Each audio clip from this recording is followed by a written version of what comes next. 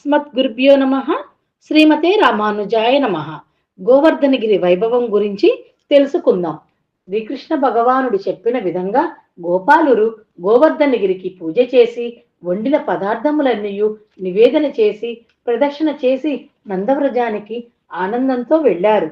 ఇంద్రుని యాగం మానిన నందునిపై ఇంద్రునికి కోపం వచ్చి వారిపై వడగళ్ల వానను కురిపించగా అప్పుడు గోపాలురు ఆ వాన నుండి కాపాడమని శ్రీకృష్ణుణ్ణి వేడుకొనగా గోపాలురకు రక్షణ జరగాలని కృష్ణుడు ఆలోచించి గోవర్ధనమును ఆరాధించితిమి కనుక గోవర్ధనమే మనలను రక్షించును అంటూ తన చేతితో ఆ గోవర్ధన పర్వతమును అవలీలగా ఎత్తి గొడుగువలె ధరించినాడు.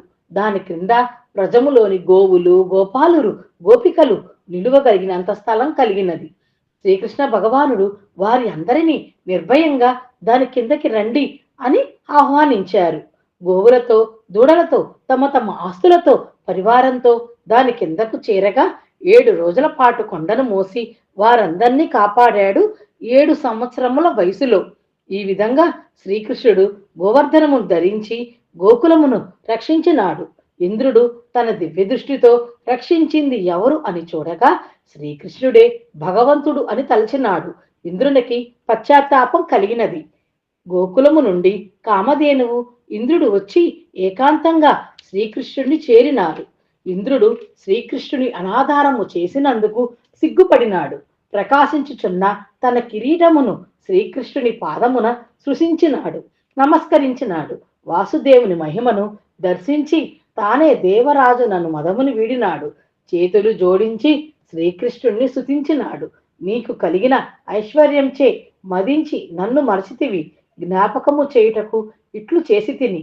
ఐశ్వర్య మదము కలిగిన వాడు లోనుండి నియమించుచున్న నన్ను మర్చిపోవుచుందుడు. అప్పుడు నేనే వారి సంపద ఐశ్వర్యము చెడగొట్టెదను. అది వారిని అనుగ్రహించుట కొరకే అని కృష్ణయ్య చెప్పి ఇంద్రుని సాగనంపినాడు. 7 రోజులు కొండను మోసి 7 ఏండ్ల వయసులో స్వామి సంపాదించిన దివ్యనామం గోవింద నామము.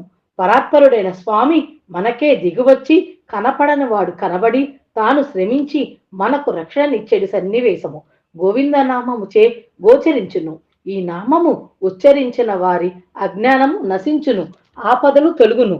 అందుచే శ్రీకృష్ణ నామములో గోవింద నామము విశిష్టమైనది. రేపు రాసలీల గురించి విందాము. సర్వం శ్రీ కృష్ణార్పణమస్తు.